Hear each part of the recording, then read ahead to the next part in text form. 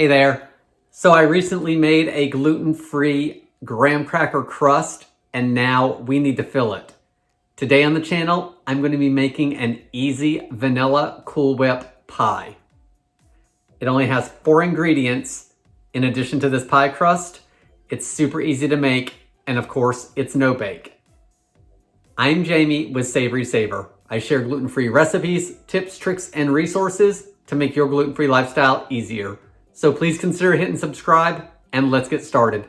So the ingredients needed for this pie are pretty simple and pretty easy to find, as you can tell. You may even have a couple of them in your pantry.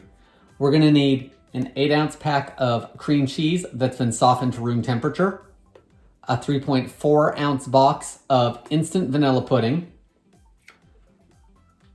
some non-dairy whipped topping, or Cool Whip as it's better known as, and a 7-ounce container of marshmallow cream or marshmallow fluff.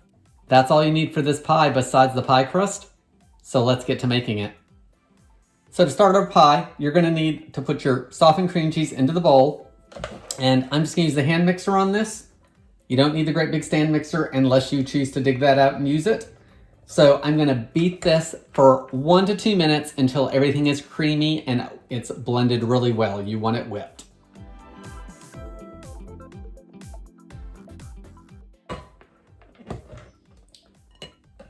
Okay, everything's been whipped up, and the closer to room temperature your cream cheese is, the faster that's gonna happen. So now that that's done, we're gonna add our pudding. So I'm gonna add our pudding mix over the top.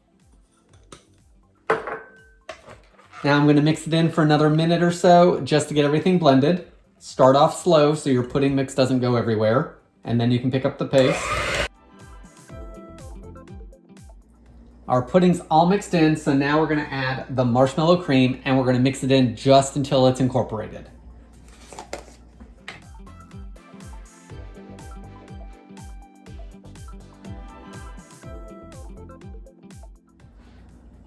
All right, so everything's mixed in. There's quite a bit on our beaters, so I'm gonna clean these beaters off and get it all back into the bowl, and then we'll add the Cool Whip.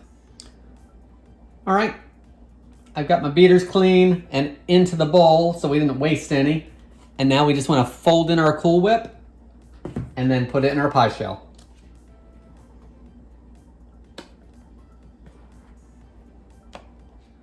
Guys, when you fold, you want to go up from the bottom and then push it back into itself. And just work your way around the bowl. Gently folding it in. We want to try to keep some of that air in the Cool Whip. And this is pretty sticky, but do your best. Once you feel that your Cool Whip is folded in well and everything has been mixed up, you can transfer it to your pie plate. And if you were using a different kind of pudding with this, if you wanted a different flavor like chocolate or butterscotch or anything like that, you'd be able to tell because there'd be less streaks of the Cool Whip. But because we use vanilla, it's pretty much all the same color. So we've got our pie shell. Let's get it in there and spread it out.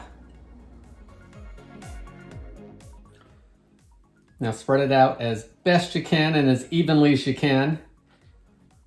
Get it down into the bottom of that crust.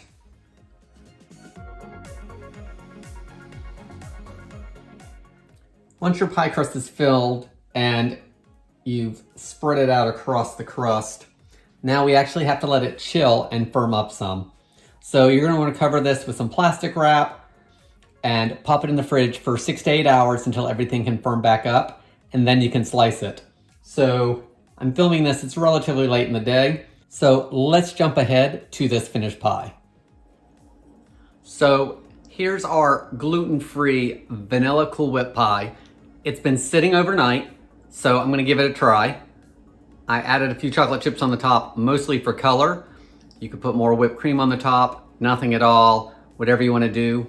Fresh fruit maybe, that would be nice on this probably. Let's give it a taste.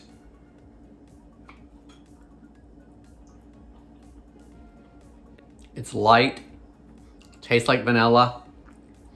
I'm not a huge marshmallow cream fan, but I can't really taste it in this, which is nice for me.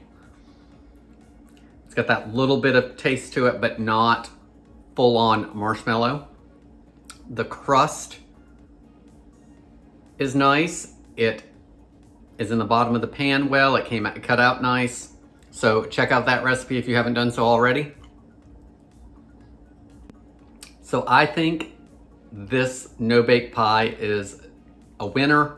I think it's worth making if you have a potluck or a picnic you're going to, or maybe it's Saturday and you need something for your church social tomorrow. I think it's a great make ahead. It's gonna save you some time. It's easy to make, just a few ingredients. The biggest thing is probably making a crust that's gluten-free, or buying a crust that's gluten-free. Or maybe you don't want any of the pie and you're gonna take it somewhere and it doesn't need to be gluten-free. You can just pick up a ready-made crust. Thank you so much for watching. Please leave me any comments below, or maybe some of your favorite no-bake pies down in the comments. I'd love to hear from you. Thanks again for watching, and I'll see you on the next video.